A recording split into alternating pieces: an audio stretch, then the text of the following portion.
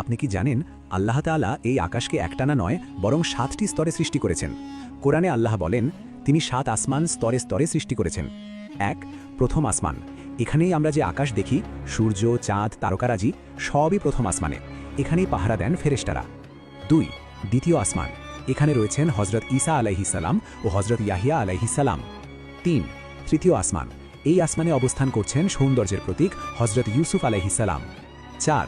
চতুর্থ আসমান। এখানে আছেন হযরত ইদ্রিস আলাইহিস সালাম, যাকে আল্লাহ বিশেষ মর্যাদা দিয়েছেন। 5. পঞ্চম আসমান।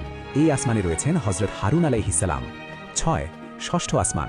এখানে অবস্থান করছেন হযরত মুসা আলাইহিস সালাম, যিনি উম্মতে মুহাম্মদ সাল্লাল্লাহু আলাইহি ওয়াসাল্লামের জন্য বেশি কান্নাকাটি করেছিলেন। 7.